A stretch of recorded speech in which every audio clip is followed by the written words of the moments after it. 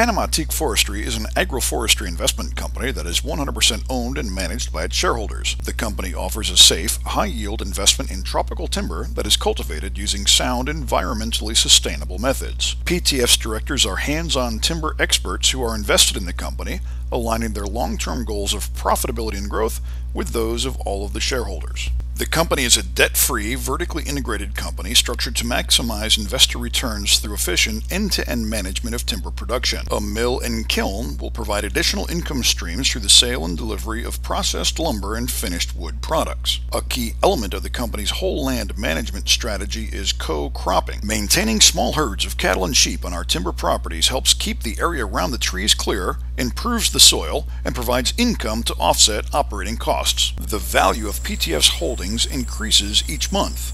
As the well-tended trees continue to grow, teak prices rise, our livestock mature and multiply, and the value of the land increases. Bienvenidos a Panama Teak Forestry. Where are we and what is this? This is a teak plantation in Panama. It's about a 5-year-old plantation. How big is it? 33 hectares. This is 33 hectares of teak? Yes. How old is this tree here that you're standing next to? This is about a 5-year-old tree. This is a 5-year-old tree. And how many trees are planted on this plantation? You start out with 1,100 trees per hectare. So there would be, 1,100 times 33. And you end up planting dense because teak is naturally a branchy tree. It doesn't grow tall and straight. So by putting it dense, you force it to grow up chasing the light.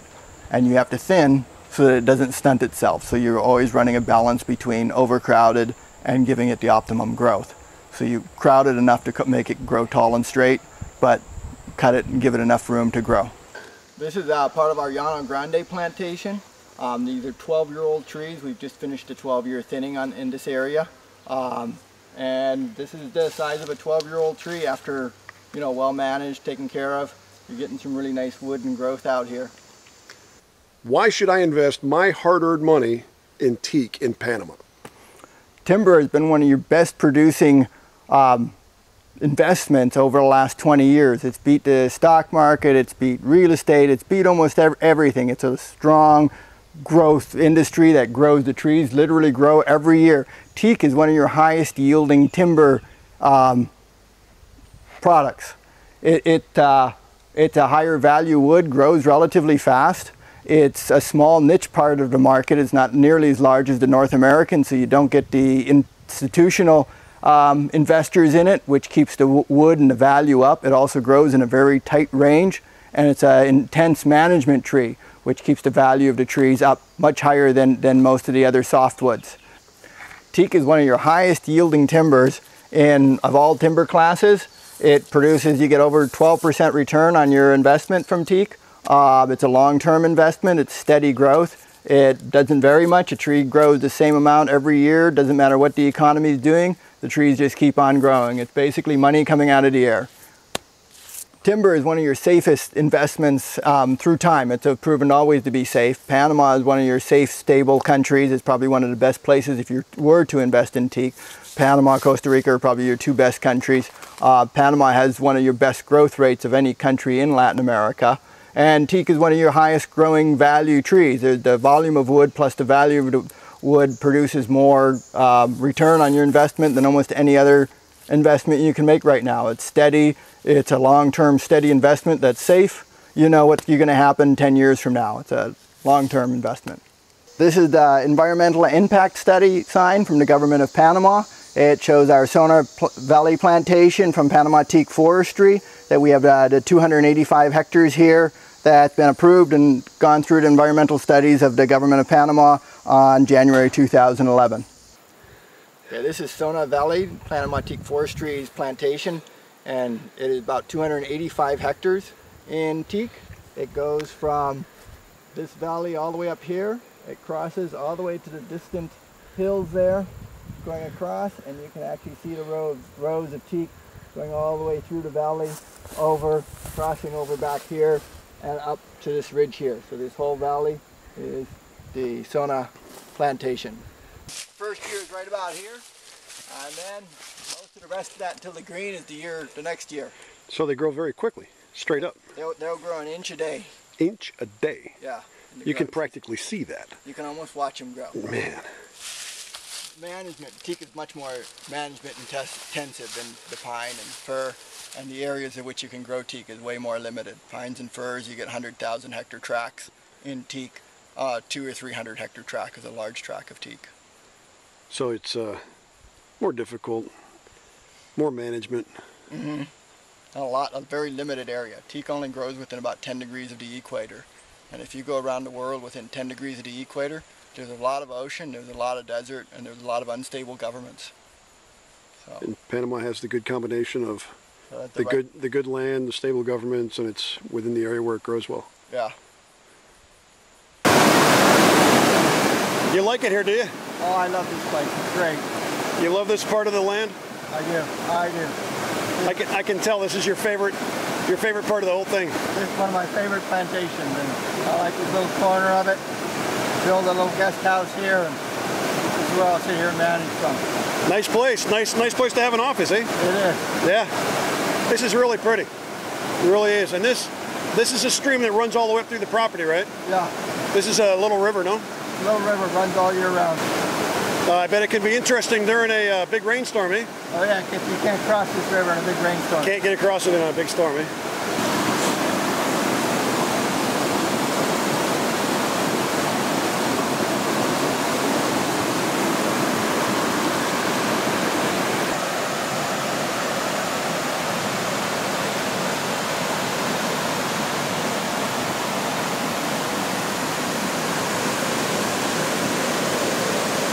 This is the Madre Vieja plantation. It's about 30 hectares planted. We have a number of native jungle areas that we're preserving in this plantation. It has new roads that have been built right next to this plantation, increasing the land value. It's also only about 1.5 miles from the beach. It's presently 7 years old and due for its next thinning in about a year or two. Okay, this is the land in Madre Vieja, and one of the things we're looking at is the value of the land. When we look at plantations, we also look at soil, teak, but also the value of the land. This particular piece is located within 1.5 miles of the ocean. Fabulous views, fabulous future development. We're growing teak for the next 25 years on this. You're making 12% per year on the teak growth, and you're making a good development potential in the future. And a 25-year cycle gives you time for more rural areas to get developed. This is the Playa Banco Beach. It's about 2 kilometers from one of our plantations located in the Sonai Valley.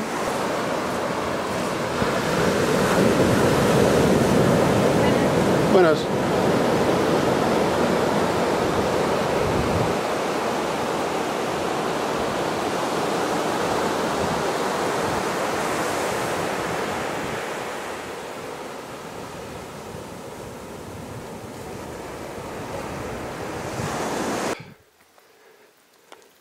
Okay, what are we looking at here, Jeff? We're looking at probably about a 6-year-old tree, a 7-year-old tree that's absolutely worthless. This is teak done wrong. Bad soil, bad management, bad everything. Okay, so we were just driving down the road, and this is some other dude's land.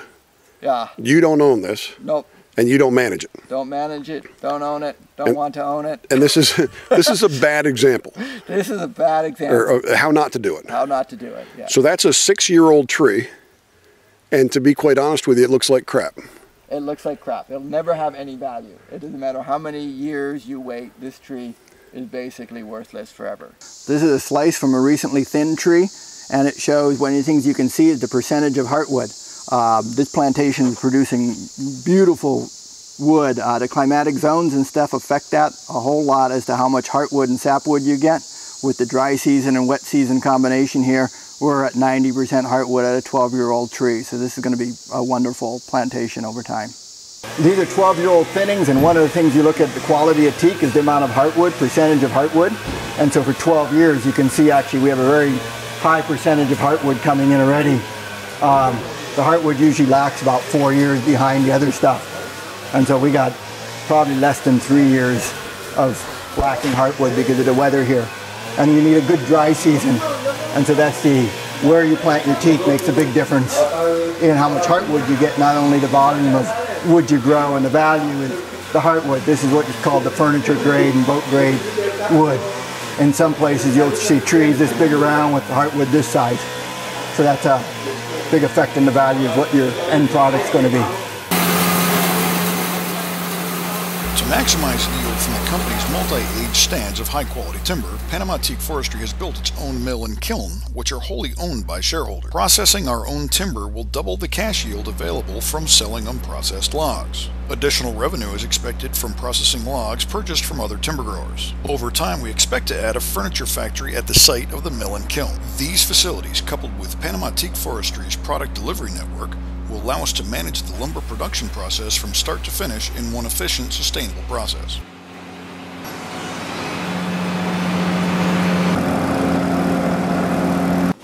This is a kiln that can dry up to 10,000 board feet per load, which is about 1 container load. We have one of the only kilns in Panama, so that we can have our plantation can go from the trees, cutting it, kiln drying it, and exporting it to maximize our yield and value of the wood, rather than just selling logs. This is a composting tea systems, which basically takes your organic compost, it puts the microorganisms into the water and it breeds them like crazy. The advantage of the composting tea is you got super rich microorganisms in this water. You take it and sprinkle it out over the soil. Microorganisms in the soil will produce up to 2 tons of fertilizer per year per hectare. We got 500 hectares. These 2 little pots essentially would produce over 2,000 tons of fertilizer into the soil, all naturally through microorganisms once you get the soil life going again. This is the compost. You basically take organic waste, cow manure, wood chips with sawdust and stuff from the cow, cleaning the cow pens and the horse pens. It basically composts for about 30 days. The microorganisms break it down. It turns into basically a microorganism-rich organic pile of compost, which we then put into the teapots with some nutrients to make the microorganisms breathe to a super high concentration inside of the water. Okay, so you're recycling everything pretty much. We recycle everything, get it all back to the soil. Well, cows, one, they complete the cycle for is if you're doing agroforestry, they actually complete the cycle by eating the grass, processing it, and turning it into nitrogen waste and fertilizer. They reduce your labor and management costs by cutting understory without paid labor, and they actually increase your overall income because you make an income from the cattle. So it's both healthy for the soil, healthy for the plantation, and maximizes profits all at the same time. And how many head do you have here? We have a total of about 120 head of cattle right now, and we can run on our plantations, we're going to run it up to about 300 head is what we can get to tops.